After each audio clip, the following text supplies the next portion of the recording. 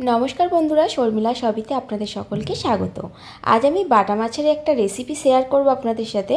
তবে এটা কোনো ঝোল বা সামান্য যে ঝাল হয় সেইটার মতো নয়, একটু অন্যরকমভাবে করার চেষ্টা করেছি, তাই আপনাদের সাথে সেই রেসিপিটা নিয়ে চলেও এসেছি।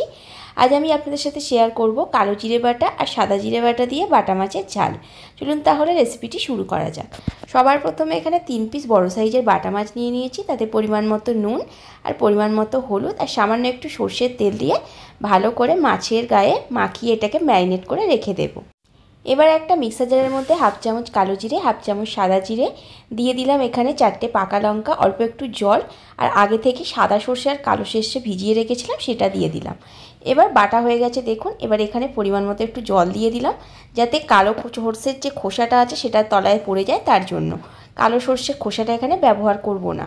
এবার কড়াইয়ে আমি দিয়ে দিলাম একটুখানি সর্ষের তেল। তেল গরম হয়ে যাওয়ার পরে নুন হলুদ মাখানো বাটা মাছগুলো দিয়ে দুটো সাইড ভালো করে ভেজে নিচ্ছি। দেখুন একটা সাইড ভাজা হয়ে গেছে, আর একটা সাইডও খুব ভালো করে ভেজে নিলাম। এবার মাছগুলোকে আমি এখান থেকে তুলে নিচ্ছি। এবার ওই তেলের মধ্যেই আমি দিয়ে দেবো হাফ চামচ কালো জিরে, একটা কাঁচা লঙ্কা আর দিয়ে দিলাম স্লাইস করে কেটে নেওয়া একটা মিডিয়াম সাইজের টমেটো।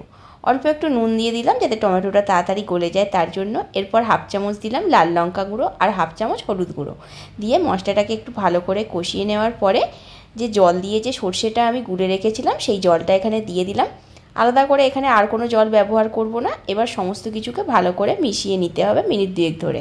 তারপরে এখানে পরিমাণ মতো নুন আর সামান্য একটু চিনি দিয়ে ভালো করে মিশিয়ে নেওয়ার পরে ভেজে রাখা বাটা মাছগুলো কিন্তু এখানে দিয়ে দিতে হবে। দেখুন আমিও গ্রেভির মধ্যে বাটা মাছগুলো দিয়ে দিলাম। মাছের একটা সাইড যখন গ্রেভির সাথে ভালো করে মিশে গেছে, আর একটা সাইড কিন্তু এইভাবে খুন্তি দিয়ে উল্টে নিয়ে গ্রেভির সাথে কিন্তু ভালো করে মিশিয়ে নিতে হবে। এইভাবে মিনিট 5 একটু গ্রেভিটাকে ফুটিয়ে নেওয়ার পরে দেখুন এইভাবে দেখতে পাবেন মশলাটা খুব সুন্দরভাবে কষানো হয়ে গেছে কিন্তু, আর ওপর থেকে তেলও ছেড়ে দিয়েছে। এবার মাছটাকে আমি নামিয়ে সার্ভ করে দেব। দেখতেই পাচ্ছেন আজকের কিন্তু কালো জিরে বাটা দিয়ে এই বাটা মাছের রেসিপিটা পুরোপুরি রেডি হয়ে গেছে।